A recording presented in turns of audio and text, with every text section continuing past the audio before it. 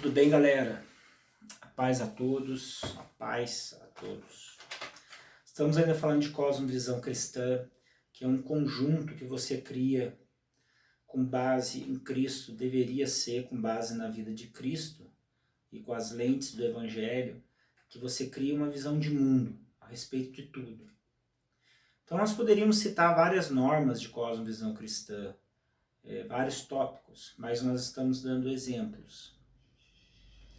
Então hoje o exemplo que nós vamos dar de Cosmo, já falamos da pregação de Paulo, de Pedro, porque quando um dos apóstolos pregam as primeiras mensagens da igreja, você analisa na mensagem deles a visão de mundo deles. Como eles viam o mundo de acordo com Cristo. Então você enxerga isso neles. E hoje nós vamos falar de abalos nos pressupostos de Pedro. Abalos na cosmovisão de Pedro. Abalos na visão de mundo de Pedro. Pedro era um cara que ele aprendia passando vergonha. Sempre foi assim. Mas ele foi um líder maravilhoso. O início da igreja é ele que teve a liderança. Pregou as primeiras mensagens e 8.000 almas se converteram. Então, mas ele aprendia na marra. Ele não aprendia de forma natural. Ele tinha que apanhar um pouco para aprender. Por exemplo, Jesus na frente de todo mundo repreende Satanás na vida dele. Jesus expulsa Satanás na vida de Pedro na frente de todo mundo. E Pedro com a sua boa intenção, né, de não acontecer nada de ruim com Jesus. Mas olha a situação. Vai lá e corta a orelha do soldado. Jesus vai ter que ir lá, vai ter que curar o soldado. Nega Jesus 3 vezes, sabe? Ele aprende apanhando. Depois tem que falar que ama 3 vezes, né? Mas depois tem um termo grego aí no amor, quando Pedro fala que ama, que depois a gente tem que conversar. Fica pelado no barco, aquele discípulo que saiu correndo nu também, dizem que era ele, não sei. Mas ele era assim, ele era um cara que saía de manhã pra rua e provavelmente teria uma experiência tão chocante que voltaria pensando diferente à tarde. Ele era assim. E ele foi assim. João e Tiago eram diferentes. Você não vê na Bíblia tanto choque assim para mudar a visão de mundo deles. Porque João, ele continuou falando de amor. As cartas dele falavam de amor. E Tiago continuou com aquele coração altruísta que ele tinha. E ele continuou assim nas cartas dele e muitas informações em Atos também. Então, eles não foram muito abalados como foi Pedro. Pedro foi abalado a vida inteira. E ele era difícil de aprender. Ele era difícil. Paulo, por exemplo, como que foi a visão de mundo cristã de Paulo? Foi tão chocante, mas foi um abalo só. Foi um abalo só. Tanto que ele ficou cego, logo depois ele já saiu pregando, entendeu? Porque ele conhecia o Antigo Testamento, parece que o Espírito Santo colocou no coração dele todo o entendimento a respeito de Cristo, ele olhava para o Antigo Testamento, ele enxergava Cristo, então ele saiu pregando. E saiu pregando para judeu, para não judeu, para gentio, para Atenas, que nós falamos, saiu pregando. E depois que ele foi dar satisfação para Jerusalém. Irmãos, entendem? Tem uma outra deixa aí, né? Depois ele foi dar satisfação para Jerusalém. Mas foi um abalo só. Agora Pedro não, Pedro sofre abalos. Então, apesar desses 10 primeiros anos depois do Pentecostes, em alguns locais onde Paulo havia passado, haviam conversões de gentios, sim. Mas somente esse período, depois de 9, 10 anos, é que foram chamá-los de cristãos. Ainda não chamavam de judeus ainda. Judeus que seguiam Cristo. Judeus que falavam de Jesus. Judeus que falavam de Jesus de Nazaré. Mas ainda não tinham esse nome de cristãos. Existiam sim algumas conversões gentílicas, mas eu duvido que não seja no meio judeu. Por exemplo, em Atos tem uma passagem das mulheres hebreias que desprezavam as mulheres gregas. Tinha essa passagem em Atos. Mas aí você vê, será que então que era cristãos, judeus e cristãos gentios? Não, para mim eram mulheres que se converteram ao judaísmo cristão. É diferente. Mas viviam o judaísmo cristão, só que eram gregas e eram hebreias, então elas eram desprezadas, né? Mas em Pedro aconteceu um abalo fortíssimo. Mexeu com a estrutura dele, sabe? E eu acho que tem que acontecer isso com a gente, sabe? Algumas vezes tem que acontecer, não que tenha que acontecer com todo mundo, mas tem que acontecer com muitas pessoas. Por exemplo, na casa de Cornélio. Na casa de Cornélio. Cornélio era um cara bom, justo, e Pedro dá uma visão, e Deus dá uma visão para Cornélio. Vai lá, manda chamar Pedro, que tem boas novas chegando aí. E Deus também dá uma visão para Pedro. Tá vindo um pessoal aí, você segue o pessoal. E lá na casa de Cornélio, quando Pedro prega, o Espírito Santo desce sobre eles. Então, Deus ele cria essa situação para Pedro, mas com todos os ingredientes de arrebatamento de sentido. Senão Pedro não ia crer. Não ia crer. Pedro dá visão para Cornélio, Pedro dá visão para Pedro, depois Deus dá visão para Cornélio, Deus dá visão para Pedro, depois Deus dá visão para Pedro a respeito do lençol que desce do céu com animais imundos, depois eles são batizados com o Espírito Santo na casa de Cornélio. Então, Deus usa essa visão, por exemplo, depois que Cornélio manda chamar Pedro na casa dele, ele já tinha tido a visão. Aí Deus mostra para ele um lençol descendo do céu com animais impuros e fala para ele, Pedro, mata e come.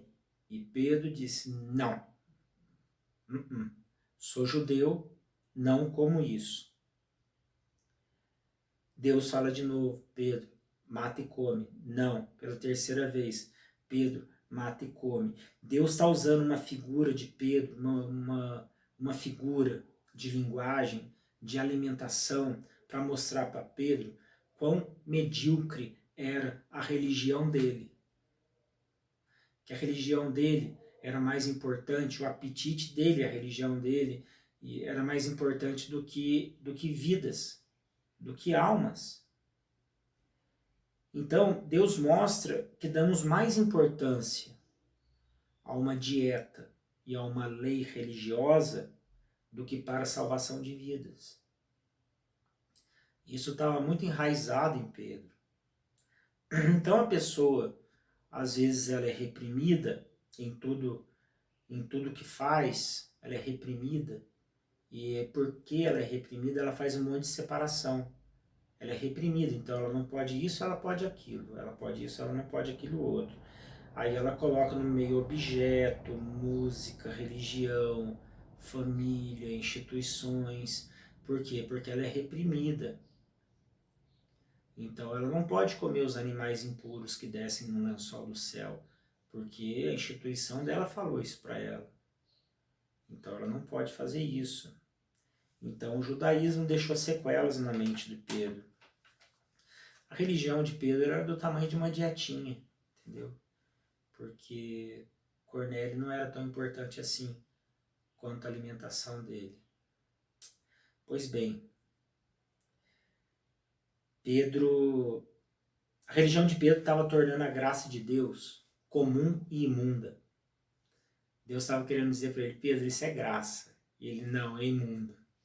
E Deus, terceira vez, né? 2 vezes, 3 vezes, então, Pedro, isso é graça, é misericórdia. Ele, não, é imundo, é comum. Não, Pedro, é graça, é misericórdia. Existe uma coisa, né? Pedro chegou na casa de Cornélio, todo bambambam, né? E disse para Cornélio assim, olha, você sabe que eu sou judeu, eu não poderia entrar aqui na sua casa, porque você não é judeu. Pedro, que idiotice, que religião mais medíocre. Deus tinha acabado de falar para você não fazer acepção de pessoas, você entendeu que não era para fazer acepção de pessoas, por que que você continua falando de judaísmo? Por que que está tão impregnado assim? Mas estava, Deus sabia disso, Deus teve misericórdia dele.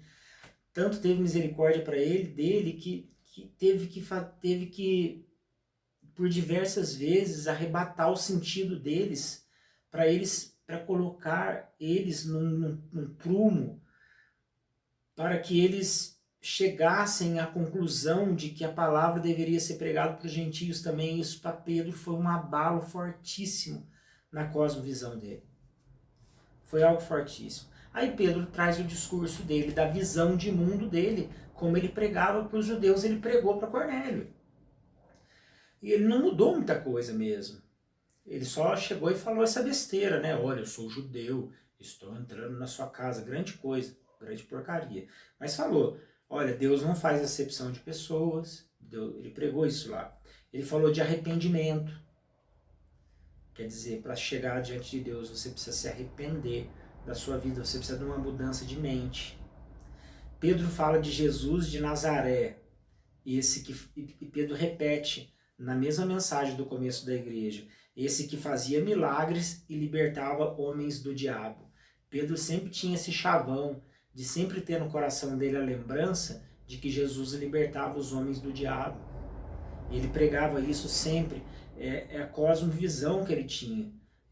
Era a ressurreição de Cristo, o Cordeiro de Deus que salva o mundo, mas que fazia milagres e que libertava o homem do diabo. Aí Pedro fala da ressurreição de Jesus e fala de Jesus sendo o juiz dos vivos e dos mortos. Tipo assim, Cornélio, você tem um juiz aqui na terra, que é Jesus, ele está vivo, ele ressuscitou. E aí o Espírito Santo cai sobre eles. E os judeus que estavam com Pedro falam, meu Deus, não pode. Como isso? Como é que isso veio acontecer? E Pedro, quando voltou para Jerusalém, teve que dar um monte de explicação. Como é que aconteceu isso? Os judeus em Jerusalém disseram assim, você está denegrindo nossa imagem, de acordo com a versão da mensagem. Ô Pedro, você está denegrindo nossa imagem, que o Espírito Santo está descendo sobre os gentios. Não é possível isso. E quando Pedro se converte, ele sai pregando sem fazer discipulado. Quando Paulo se converte, ele sai pregando sem fazer o discipulado que ele tinha que fazer em Jerusalém. Então é completamente diferente. Pedro, ele media onde ele ia porque ele ainda era judeu. Então ele tinha ainda essa angústia nele. A cosmovisão dele ainda não estava completa em relação ao projeto de Deus. Ou Deus não achava que seria necessário que a cosmovisão dele fosse como a de Paulo. Que Paulo saiu pregando e falou, não, eu não preciso dar satisfação para eles. Eu vou lá dar satisfação para eles, mas eu não preciso. E aí depois que ele vai até Jerusalém, ele fala do que está acontecendo. E quando ele fala do que está acontecendo em Jerusalém, estou pregando para os gentios. Tá? Existe um problemão lá, que é o concílio em Jerusalém, que se aquele negócio não desse certo, o evangelho não chegaria até nós. O Espírito Santo foi lá e fez dar certo, que Paulo chegou lá e falou, olha gente, estou pregando para os gentios, eu não vou pregar circuncisão para ele, eu não posso colocar leis para eles. E aí teve um murmurinho lá, entendeu? Alguns estavam dizendo que não tinha salvação sem circuncisão, estava dando um problema lá. E Pedro discursa no concílio. E Pedro fala, olha, não podemos colocar peso sobre eles. Eles não podem. E Tiago e João estendem as mãos também. Não, Paulo pode ir. Não coloque peso sobre eles. E é um abalo para Pedro isso. Porque, sabe, eu estava conversando com uma irmã hoje, uma amiga, e eu dizia assim para ela que a pessoa que ela ouve a palavra de Deus, ela estuda a palavra de Deus com o coração aberto, ela muda sempre. Ela é uma metamorfose. Ela descobre que ela errou 3 dias atrás. que ela fez 2, 3 dias atrás, ela descobre que ela errou, ela vai mudando e as pessoas vão mudando. E você vê que pessoas não mudam, que elas podem ser pastores, elas podem ser o que for, e elas não mudam. Elas continuam a mesma coisa. Algumas precisam de manifestações assim, de arrebatamento de sentido para mudar. Outras não, outras basta estudar, basta ouvir a palavra que muda. E a questão é que Pedro demorou muito para mudar. E ele não mudou, eu acho que ele não mudou. E eu conversei com outro amigo meu essa semana, e eu vou fazer uma afirmação aqui, muito perigosa. Mas, diante de tudo isso que eu estou estudando, eu tenho convicção de que Pedro morreu judeu. Ele morreu, claro, convertido a Cristo, servo de Cristo, com todas as mensagens dele, ele não trazia nenhum conteúdo de lei judaica. Ele sabia que ele não fazia isso. Mas mesmo assim eu creio que ele morreu cumprindo as leis judaicas. Não sei se a circuncisão, mas o dízimo, o sábado e provavelmente a circuncisão. Paulo já não, Paulo já era liberto. João, o negócio dele era o amor. Também deu achar possivelmente dele ter continuado ainda seguindo as leis judaicas também. Mas teve um outro caso que abalou Pedro também, que eu acho muito legal. Esse caso abalou Pedro demais. Teve uma reunião lá na carta de Paulo à região da Galácia, e estava tendo jantar, né? Parece que o culto deles tinha refeição. O culto deles tinha que ter refeição. Porque o culto de Jesus eram refeições. Eles não tinham muito o que fazer. Louvor, refeições, orações, jejum, monte, madrugada. E estavam numa refeição lá. E a palavra diz assim que antes dos judeus da parte de Tiago chegarem na refeição, então olha bem, já tinham judeus da parte de Tiago. E eles pregando sobre a acepção de pessoas, então já tinha um paradoxo. Pedro estava comendo com a galera, com a ralé, com os gentios, com os da Galileia, com a galera, com a ralé. Aí chegou os judeus anciãos da parte de Tiago, que deve ser aquela turma assim, que entra no portal, todos com o peito para cima, com estola sacerdotal, com as roupas de sacerdote, com as franjas, aquelas coisas coloridas, maravilhosas. Aí todo mundo, olha o grupo de pastores, eles chegaram, olha que importância que eles têm, olha, cuidado, eles podem entregar uma revelação para você, eles podem entregar uma profecia para você, daquele respeito tolo, trouxa, idiota, desse tamanho. E Pedro, quando viu isso, ele se sentiu envergonhado e com medo de continuar comendo com a ralé e passou a frequentar os do Tiago. Aí Paulo fala, Pedro, a palavra no original fala que eles quase pegaram no tapa, tá? Mas Paulo chama a atenção dele na frente de todo mundo. Ô Pedro, qual que é a sua, cara? Você tá aqui com a gente, aqui, ganhando respeito, a confiança do pessoal, tá dividindo amor, comunhão com a gente. Aí chega esse pessoal aí com o peito empinado aí, que Paulo não andava com eles não. E aí você muda de local, que negócio é esse? Que graça que é essa que você está pregando? Aí Paulo fala isso, que eu ainda fiquei em dúvida a respeito disso. Paulo fala isso. Você não exige que eles sigam a lei judaica, você mesmo não segue e você trata eles como se eles tivessem que seguir. Mais um abalo na mente de Pedro. Pedro tinha que passar por isso toda hora. Quando não é Deus, é Paulo. Paulo arrebentou com ele, gente. Mas por que tudo isso? Será que Deus tem que mandar visão, revelação, tempestade, para a gente parar de seguir a nossa mentalidade medíocre, religiosa, do tamanho de uma dietinha, de uma comidinha, a ponto de olhar para as coisas e falar assim, isso é imundo. Não, isso é puro. Isso é imundo, isso é puro. E aí Deus fala pra gente, não, eu purifiquei tudo. Como que você está falando que é imundo, que é puro? Aí tem vários exemplos, né? Lá no nosso grupo a gente sempre tira sarro, né, das coisas, né? Aí mandei lá um culto, que era um culto funk. Galera pulando, tinha um DJ funk, né? Mais para fazer graça, né? Mas a questão não é essa, a questão não é que aquilo é imundo. A gente postou aquilo no sentido daquilo ser... não ter profundidade, não ter nenhum sentido, não fazer parte de nenhum tipo de conversão, não pregar a salvação. Aquilo lá é um show, aquilo lá é outra coisa. Mas não é que é imundo. Não é que é imundo. Deus purificou todas as coisas na cruz. Aí você pega, eu vou falar disso na reunião hoje. Você pega uma pessoa extremamente doente mentalmente falando, com problemas com álcool, e doente, ela